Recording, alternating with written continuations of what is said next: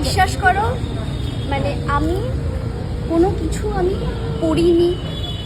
কারণ মানে আমার ফিডে কিন্তু এগুলো কিছু আসে না। আমার ফিডে সারাক্ষণ কিন্তু বাড়ি গোছানোর জিনিস, বাড়ি ঘুরতে যাওয়া, এই সমস্ত কিছু আসে। আর আমার সত্যিই মনে হয় মানে এই বিষয়গুলো নিয়ে মন্তব্য করা হচ্ছে বিয়ন্ড মাই ডিগনিটি। সত্যিই আমার মনে হয় বিয়ন্ড মাই ডিগনিটি। এত সুন্দর একটা অনুষ্ঠানে আমরা এসেছি, ধরে মারবে। হ্যাঁ, অন্য কোনো, আমি হাসি মজায় আছি, কাজ করছি, অনেক নতুন নতুন কাজ আসছে। আমি এবং শ্যামপ্তিকে নিয়ে যে এত কথা হচ্ছে, এইভাবে কথাগুলো হচ্ছে, যে কাদা ছোড়াছুড়িটা মিডিয়ার কিছু লোকেরা করছে, সবাই নয়, সেটা বোধহয় কাম্য নয়। কিংবা কোনো বিষয়ে নিজেদের ব্যক্তিগত জীবন এরকম ভাবে প্রকাশ্যে এসে কথা বলাতে আমি খুব একটা আগ্রহ প্রকাশ কোনোদিনই করিনি।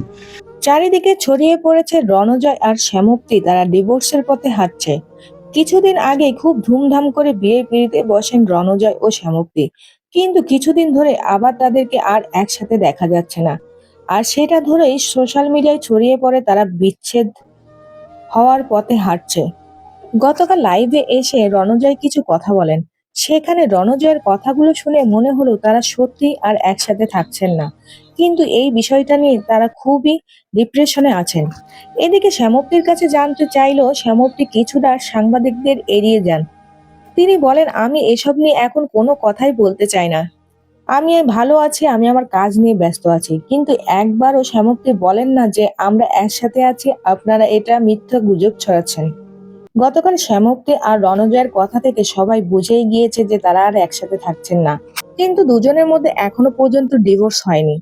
এই বিষয়টা নিয়ে তারা দুজনেই অনেক আপসেট, কিন্তু মিডিয়ার সামনে তারা সরাসরি কিছু এখনো পর্যন্ত বলছেন না।